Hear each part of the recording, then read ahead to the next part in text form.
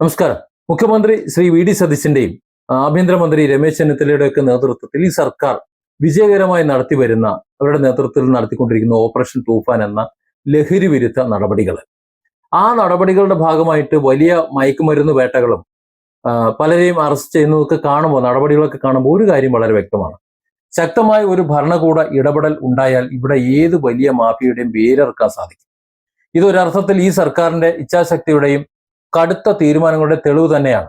എന്നാൽ ഇത്രയും വലിയ തോതിൽ മയക്കുമരുന്ന് ശൃംഖലകളും അന്തർ സംസ്ഥാന ലഹരി കടത്തും ഇപ്പോഴത്തെ പരിശോധനകൾ പിടിക്കപ്പെടുമ്പോൾ അത് മറ്റൊരു വലിയ രാഷ്ട്രീയ സാമൂഹിക ചോദ്യം കൂടി ജനങ്ങൾക്കിടയിലേക്ക് ഉയർത്തിവിടുന്നുണ്ട്. ഇപ്പോഴത്തെ ഈ നടപടിയിലൂടെ പുറത്തു വരുന്ന കോടികളുടെ വൻ ലഹരി സംഘങ്ങൾ ഒന്നും ഈ സർക്കാർ അധികാരമറ്റ അന്ന് പെട്ടെന്ന് ഒരു രാത്രി കൊണ്ട് പൊട്ടിമുളച്ചതല്ല. വർഷങ്ങളായി ഇവിടെ പടർന്ന് പന്തലിച്ച വേരുകളാഴ്ത്തിയ ഒരു വലിയ അധോലോകത്തിന്റെ അറ്റമാണ് ഇപ്പോൾ ഭരണകൂടം കടിച്ച് വലിച്ച് ഓർത്തിട്ടുകൊണ്ടിരിക്കുന്നത്. അതിനർത്ഥം കഴിഞ്ഞ സർക്കാരിന്റെ കാലത്ത് ലഹരി മാഫിയക്കെതിരെ കൃത്യമായോ ആത്മാർത്ഥമായോ ഉള്ള യാതൊരുവിധ നടപടികളും ഒരു നിലപാടുകളും ഉണ്ടായിട്ടില്ല എന്ന് തന്നെയാണ്, അങ്ങനെ തന്നെയാണ് ഉറപ്പിച്ചു പറയേണ്ടത്.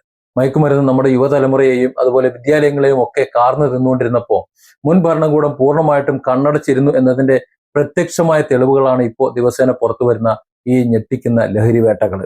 സ്കൂൾ മുറ്റങ്ങൾ മുതൽ ആഡംബര പാർട്ടികൾ വരെയും സാധാരണ ഗ്രാമങ്ങൾ മുതൽ നഗരങ്ങൾ വരെയും ലഹരിയുടെ പിടിയിലമർന്നത് മുൻ ഭരണാധികാരികളുടെ നിസ്സംഗതയുടെയും അവരുടെ കാലത്തുണ്ടായ കനത്ത സുരക്ഷാ വീഴ്ചകളുടെയും ഒക്കെ ലഹരി മാഫിയയ്ക്ക് എങ്ങനെയോ ലഭിച്ചിട്ടുള്ള രാഷ്ട്രീയ തണലുമൊക്കെ കൊണ്ടാണ് എന്ന് ചിന്തിക്കേണ്ടി വരികയാണ്. സർക്കാരിന്റെ പിന്തുണ, അല്ലെങ്കിൽ ബന്ധപ്പെട്ടവരുടെ പിന്തുണ, അതല്ലെങ്കിൽ ആരുടെയെങ്കിലും ഒക്കെ അധികാരമുള്ള ആരുടെയെങ്കിലും ഒക്കെ പിന്തുണ ഇല്ല എന്നുണ്ടെങ്കിൽ ഇത്ര ഒരു വളർച്ച ഉണ്ടാകുമായിരുന്നു? അന്ന് കൃത്യമായ ഒരു അന്വേഷണം നടന്നിരുന്നുവെങ്കിൽ ഇന്ന് നമ്മുടെ നാട് ഇത്രയും വലിയൊരു ലഹരി ഗുദാമായിട്ട് മാറുമായിരുന്നു. എന്നാൽ വമ്പൻ സ്രാവുകളെ പിടികൂടാൻ നടത്തുന്നിട്ടുള്ള ഈ വലിയ വേട്ടകൾക്കിടയിലും നമ്മളെ കടുത്ത ആശങ്കയിലാർത്തുന്ന മറ്റൊരു ക്രൂരമായൊരു യാഥാർത്ഥ്യമുണ്ട്. അത് വിസ്മരിക്കാൻ പറ്റൂല. കിലോ കണക്കിന് രാസലഹരിയുമായിട്ട് വരുന്ന വമ്പൻ മാഫിയ തലവന്മാർ അവർ വലയിലാവുമ്പോൾ തന്നെ യാതൊരു തെറ്റും ചെയ്യാത്ത നിരവധി നിരപരാധികളായിട്ടുള്ള സാധാരണ മനുഷ്യർ മയക്കുമരുന്ന് കേസിൽ പെട്ടുപോണ, അല്ലെങ്കിൽ അവരെ പെടുത്തുന്ന ഭയാനകരമായിട്ടുള്ള അവസ്ഥയും നമുക്ക് മുന്നിലുണ്ട്. സ്വന്തം ബാഗിലോ അല്ലെങ്കിൽ ജോലി ചെയ്യുന്ന സ്ഥാപനത്തിലോ വാഹനത്തിലോ മറ്റാരെങ്കിലും കൊണ്ടുപോയി ഒളിപ്പിച്ചു വെച്ച മയക്കുമരുന്നിന്റെ പേരിൽ ജീവിതം തകർന്ന ചെറുപ്പക്കാര്, സ്ത്രീകള്, വർഷങ്ങളോളം 10, 18 വർഷം 20 വർഷമൊക്കെ ജയിലിൽ കിടന്ന സ്ത്രീകൾ പോലും നമ്മുടെ ഈ നാട്ടിലുണ്ട്. മനസ്സാ വാച കർമ്മണ അറിയാത്ത ആൾക്കാർ. ഇപ്പോ എൻ്റെ അറിവിൽപ്പെട്ട തന്നെ എൻ്റെ ഏകദേശം ഒരു 4-5 കിലോമീറ്റർ അടുത്ത് തന്നെ ഒരു യുവാവുണ്ട്. കള്ളക്കേസിൽ ഡാൻസ് ഓഫ് സംഘം ഉൾപ്പെടുത്തി, അതായത് മറ്റാരൊക്കെയോ രക്ഷിക്കാൻ വേണ്ടി കള്ളക്കേസിൽ പെടുത്തിയ കേസ് തന്നെ ഇവിടെ ഉണ്ട്. നമുക്ക് കാണാം, അത്തരത്തിൽ ഒരുപാട് കേസുകൾ നമുക്ക് ചുറ്റും പരിശോധിച്ചാൽ കാണാൻ പറ്റും. അവരൊക്കെ ആർക്ക് വേണ്ടിയിട്ടാണ് പണിയെടുക്കുന്നതെന്ന് ചിന്തിക്കേണ്ടി വരികയാണ്. പക്ഷെ അവർക്കൊക്കെ ഒരു എന്താ പറയാ, ഒരു തലവേദന ആയിട്ടാണ് ഇപ്പോൾ ഈ ഓപ്പറേഷൻ തൂഫാൻ വരുമ്പോൾ സ്വാഭാവികമായിട്ടും ഇനി ഒരു പക്ഷേ നമ്മുടെ നാട് നന്നാവുമായിരിക്കും. വ്യക്തിവൈരാഗ്യത്തിന്റെയോ കുടിപ്പുകയോടൊക്കെ പേരിൽ ലഹരി കേസുകൾ ബോധപൂർവ്വം കൊടുക്കപ്പെട്ട സാധാരണക്കാർ ഒരുപാട് പേര് നമ്മുടെ ചുറ്റുമുണ്ട്. ചോദിക്കാനും പറയാനും സ്വാധീനമുള്ള ആളില്ലാത്തത് കൊണ്ട് മാത്രം പ്രതിപട്ടികയിൽ ഉൾപ്പെട്ട് ജയിലിൽ കിടക്കേണ്ടി വന്ന നിർധനരായ ഹതഭാഗ്യരായിട്ട മനുഷ്യർ. ഇവരൊക്കെ നമ്മൾ പലപ്പോഴായി നമ്മൾ പത്രമാധ്യമങ്ങളിൽ കാണും. കാരണം ഇത്തരക്കാരെ പിടിക്കുമ്പോൾ വലിയ ഫോട്ടോ ഒട്ടിച്ചിട്ട് ആഘോഷിക്കും, ദേ ഞങ്ങൾ അത് ചെയ്തു ഇത് ചെയ്തു എന്ന്. പക്ഷേ അത് മറ്റേ പണച്ചാക്കുകളെ അല്ലെങ്കിൽ വൻ മാഫികളെ ഒതുക്കാനുള്ള, അല്ലെങ്കിൽ അവരെ രക്ഷപ്പെടുത്താനുള്ള ഒരു മറയാണ് ഈ അറസ്റ്റുകൾ എന്ന് ഏതാനും പേർക്കെങ്കിലും മനസ്സിലാവും. അതൊക്കെ ഒരു പക്ഷേ വമ്പൻ സ്രാവുകളെ രക്ഷപ്പെടുത്താൻ വേണ്ടി ഇവിടെ അറസ്റ്റ് നടക്കുന്നുണ്ട്, ഇവിടെ കുറ്റവാളികളെ പിടിക്കുന്നുണ്ട് എന്ന് പൊതുജനങ്ങളെ അല്ലെങ്കിൽ അധികാര സ്ഥാപനങ്ങളെ ബോധിപ്പിക്കാൻ വേണ്ടി നടത്തുന്ന, ബോധപൂർവം നടത്തുന്നിട്ടുള്ള നാടകമാകാൻ മതി. അതുകൊണ്ടാണല്ലോ ഇത്തരത്തിൽ നിരപരാധികൾ പെട്ടുപോണത്.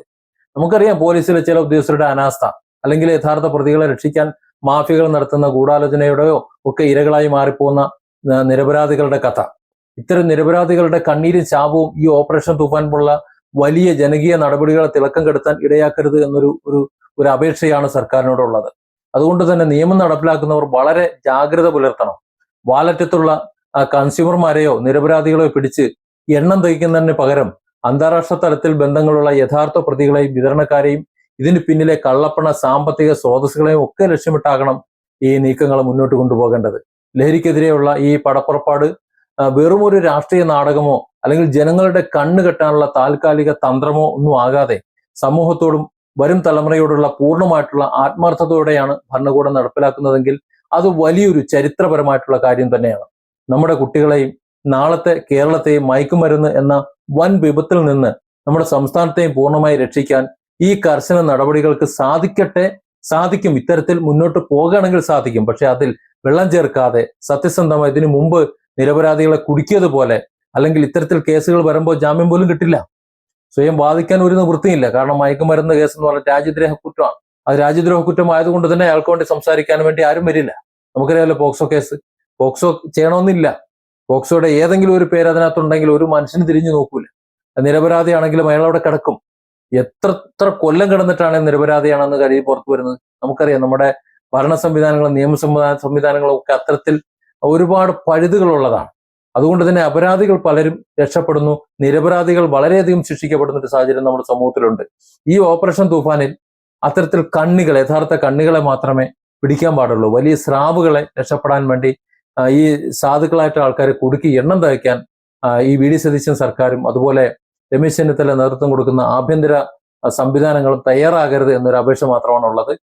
ഇവിടെ പൂർണ്ണമായും നമ്മുടെ കേരളത്തെ ലഹരി മുക്തമാക്കാൻ വേണ്ടിയിട്ട്, മയക്കുമരുന്നിൽ നിന്ന് മുക്തമാക്കാൻ വേണ്ടിയിട്ട് സർക്കാരിന് കഴിയട്ടെ. ഒരു സർക്കാരിന്റെ സാമൂഹ്യ പ്രതിബദ്ധതയായിരിക്കും. ആ പ്രതിബദ്ധത നടപ്പിലാക്കാൻ തന്നെയാണ് സർക്കാരിനെ അധികാരത്തിലേറ്റി വിടുന്നത്. പക്ഷേ അത് നീതിപൂർവം ആയിരിക്കണം എന്ന് മാത്രം.